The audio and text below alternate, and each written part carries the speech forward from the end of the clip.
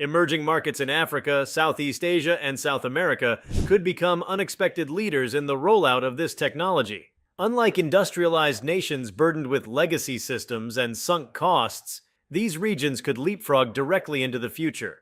Rural communities with limited grid access or poor road infrastructure would benefit enormously from vehicles that are entirely self-sufficient. Farmers, small business owners, and transporters in off-grid zones could participate in economic activities previously inaccessible due to fuel scarcity or high transport costs. Mobile health services, education delivery vehicles, and remote logistics could transform public service delivery with Chikumbutso's technology at the core. The psychological impact on society is also profound. Throughout the modern age, energy has been one of humanity's greatest constraints. From candles to kerosene, steam engines to gasoline, every leap forward has still relied on a limited resource base. This invention challenges the subconscious assumption that movement always comes at a cost, that power must be consumed in order to be gained.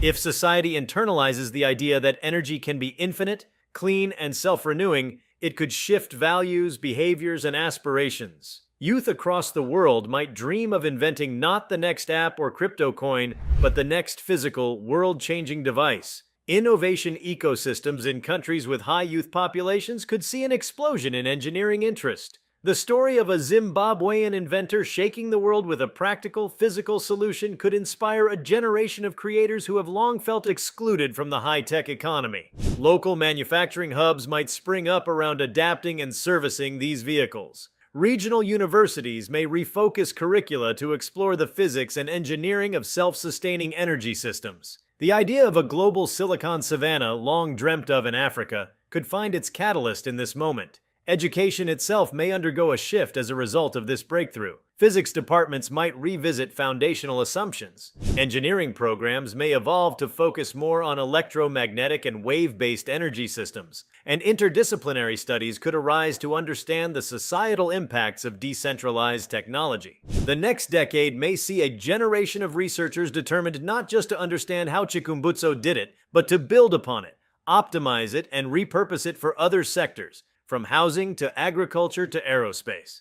Meanwhile, opposition will undoubtedly emerge. Institutions and conglomerates with stakes in traditional energy will not yield quietly. Legal challenges may be mounted, regulatory roadblocks erected, and misinformation campaigns launched in an attempt to slow the tide. History is replete with stories of disruptive technologies suppressed or stalled by powerful entities. But the viral nature of this innovation, especially with Musk acting as a megaphone, makes it difficult to contain. Every attempt to discredit it may only serve to amplify interest, turning skeptics into curious investigators and skeptics into evangelists. There is also the very real question of global equity. Will this technology be accessible, or will it become another innovation monopolized by the wealthy and powerful? Chikumbutso's past statements suggest a desire for democratized access, but the pathway to mass production will involve financiers, manufacturers, and distributors who may prioritize profits. It becomes a critical global responsibility to ensure that this invention serves humanity as a whole,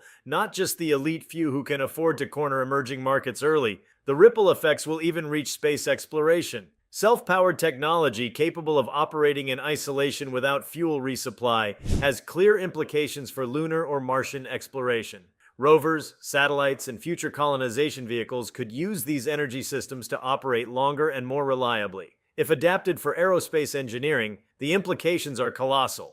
Aircraft that never refuel, drones that patrol continuously, space probes that operate indefinitely. What began as a car could end up as the key to sustaining life beyond Earth. Manufacturing models will also need to evolve. Building a car that runs forever without an energy input redefines the balance between durability, cost, and material quality. Traditional automakers often build vehicles with planned obsolescence in mind. Mechanical wear and battery degradation ensure a return customer. This changes with Chikumbutso's model. The value proposition is longevity, resilience, and absolute reliability. Manufacturers must now think in terms of permanence, not product cycles. This is a sea change in capitalist economics, potentially altering consumer relationships with products across all sectors. Another remarkable feature of this technology is its potential environmental neutrality. If truly self-sustaining, the vehicle produces no emissions, no waste, and no degradation of natural resources. Even the cleanest electric vehicles still depend on environmentally taxing supply chains,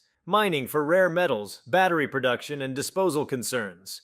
Chikumbutso's vehicle offers a future where transportation exists in harmony with the environment, not at its expense. This is more than climate mitigation. It is the promise of restorative coexistence. The cultural dimension of this innovation is equally rich. The narrative of a Zimbabwean inventor capturing the imagination of the globe reclaims the story of technological advancement from its usual centers of power. It forces a reconsideration of where genius comes from, how innovation is supported, and what the future of global invention might look like. It erodes the myth of technological superiority based on geography or GDP, and instead celebrates ingenuity, perseverance, and bold thinking. Cultural industries, film, literature, art, will find inspiration in this story, and the broader public discourse may begin to place more value on ideas emerging from the global south. International alliances may shift as countries compete for access to this new technology. Trade agreements could be redrawn around energy independence instead of fuel supply chains. Development aid might shift away from traditional infrastructure and focus on helping nations leapfrog into the new energy paradigm. Entire regions could be revitalized economically and politically through local manufacturing of self-powered systems, creating new centers of influence that previously played marginal roles in global economics. In financial sectors, new asset classes could emerge based on technologies that reduce or eliminate operating costs. Investment strategies may prioritize companies that integrate self-powering capabilities into their product lines.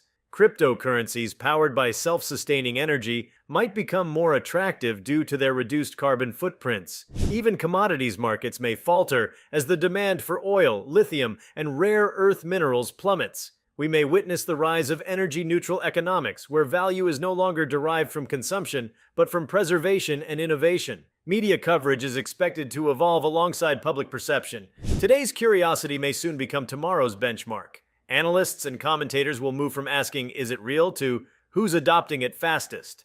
Think tanks and industry consultants will publish white papers analyzing transition strategies, and journalism will shift its lens to investigate how cities, companies, and countries are responding.